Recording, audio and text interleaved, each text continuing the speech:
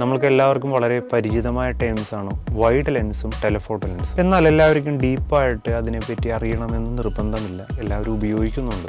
എന്താണ് wide lens? 35mm താഴെയുള്ള ലെൻസുകൾ നമുക്ക് വൈഡ് ലെൻസ് എന്ന് ജനറലായിട്ട് വിളിക്കാം. അതുപോലെ എന്താണ് ടെലഫോട്ടോ ലെൻസ്? 50mm ഫോക്കൽ റേഞ്ചിന് മുകളിലുള്ള എല്ലാ ലെൻസുകളെയും നമുക്ക് ടെലഫോട്ടോ ലെൻസ് എന്ന് വിളിക്കാം. നമുക്ക് ഈ വൈഡ് ലെൻസിനെ ടെലഫോട്ടോ ലെൻസിനെ ഒന്ന് കമ്പയർ ചെയ്ത് നോക്കുക അതിന്റെ ക്യാരക്ടറിസ്റ്റിക്സ് വെച്ചിട്ട്. വൈഡ് ലെൻസ് വളരെ ഷാർപ്പായിരിക്കും, എന്നാൽ ടെലഫോട്ടോ ലെൻസ് അത്ര ഷാർപ്പ് ആവത്തില്ല. വൈഡ് ലെൻസ് കൂടുതൽ എൻവയോൺമെന്റിന് ഉൾക്കൊള്ളും, അതായത് നമ്മൾക്ക് വളരെ കൺജസ്റ്റഡ് ആയിട്ടുള്ള പ്ലേസസിൽ ഉപയോഗിക്കാൻ പറ്റും. അതേസമയത്ത് ടെലഫോട്ടോ ലെൻസ് ആണെങ്കിൽ അതിലൊരു കംപ്രസ്ഡ് ആയിട്ടുള്ള ഒരു ലെസ് ബാക്ക്ഗ്രൗണ്ട് ആയിരിക്കും, സബ്ജക്റ്റിനെ കൂടുതൽ എംഫസൈസ് ചെയ്ത് നിൽക്കും. അതുകൊണ്ട് നമ്മൾക്കൊരു കൺജസ്റ്റഡ് ആയിട്ടുള്ള പ്ലേസിൽ അതൊരു പ്രിഫറബിൾ ആയിട്ടുള്ള ഒരു ഫോക്കൽ ലെങ്ത് ആയി വരില്ല. ഏറ്റവും പ്രധാനപ്പെട്ട അടുത്തൊരു പോയിന്റാണ് ഡെപ്ത് ഓഫ് ഫീൽഡ്. നമ്മൾ ടെലഫോട്ടോ ലെൻസുകൾക്ക് വൈഡ് ലെൻസുകളെ കമ്പയർ ചെയ്ത് നോക്കുമ്പോൾ ഡെപ്ത് ഓഫ് ഫീൽഡ് കൂടുതലായിരിക്കും. അതിനൊരു പ്രധാനപ്പെട്ട കാരണമുണ്ട്. ഡെപ്ത് ഓഫ് ഫീൽഡിനെ തീരുമാനിക്കണ ഘടകങ്ങളെ പറ്റി ഞാനൊരു റീൽ ഇട്ടായിരുന്നു. ആ റീലൊന്ന് സെർച്ച് ചെയ്ത് നോക്കി നിങ്ങൾക്ക് കാണാൻ പറ്റും. ആ റീലിൽ പറയുന്ന ഒരു ബേസിക് എലമെന്റ് ഉണ്ട്, അതായത് ലെൻസിന്റെ ഫോക്കൽ ലെങ്ത്. ഇവിടെ ഞാൻ പറഞ്ഞ അനുസരിച്ച് 50mm പുറത്തുള്ളതാണ് ടെലഫോട്ടോ ലെൻസ്. അതുകൊണ്ട് തന്നെ അതിന്റെ ഫോക്കൽ ലെങ്ത് വർദ്ധിച്ചു വരുവാണ്. വർദ്ധിച്ചു വരുന്നതോറും ബാക്ക്ഗ്രൗണ്ട് ബ്ലർ കൂടി വരും. അതുകൊണ്ട് തന്നെ വൈഡ് ലെൻസുകളെക്കാൾ ടെലഫോട്ടോ ലെൻസുകൾക്ക് ബാക്ക്ഗ്രൗണ്ട് ബ്ലർ അല്ലെങ്കിൽ ഡെപ്ത് ഓഫ് ഫീൽഡ് ജനറലി കൂടുതലായിരിക്കും. പിന്നെ അടുത്തൊരു പോയിന്റ് ആണ് വൈഡ് ലെൻസുകൾ കുറച്ച്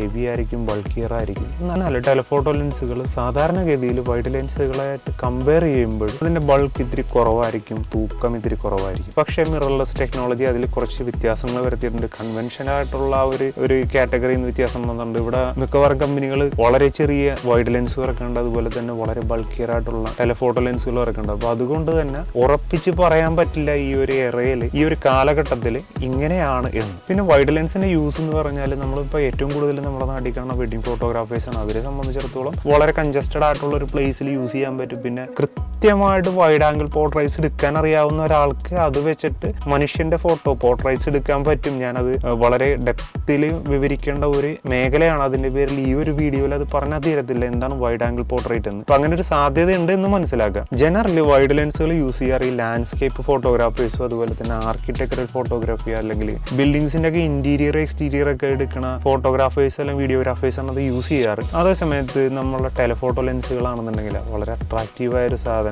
നമ്മൾ നിങ്ങളെപ്പോലുള്ള ഫോട്ടോഗ്രാഫേഴ്സിന്റെ ഇടയിൽ കാര്യം അത് മനുഷ്യന്റെ പോർട്രേറ്റ് ഫോട്ടോസ് എടുക്കാനാണ് കൂടുതലായിട്ട് ഉപയോഗിക്കാറ്. വെഡ്ഡിങ്സിലാണെന്നുണ്ടെങ്കിൽ വെഡ്ഡിങ്സിൽ ചെക്കൻ്റെയും പെണ്ണിന്റെ ഒക്കെ കപ്പിൾ ഫോട്ടോസും സിംഗിൾസ് ഒക്കെ എടുക്കാൻ ഉപയോഗിക്കും. അല്ല ഫാഷൻ ഫോട്ടോഗ്രാഫിയിലാണെന്നുണ്ടെങ്കിൽ ഏറ്റവും കൂടുതൽ ഉപയോഗിക്കപ്പെടുന്ന ഒരു കാറ്റഗറിയാണ് ഈ പറഞ്ഞ ടെലഫോട്ടോ ലെൻസുകൾ.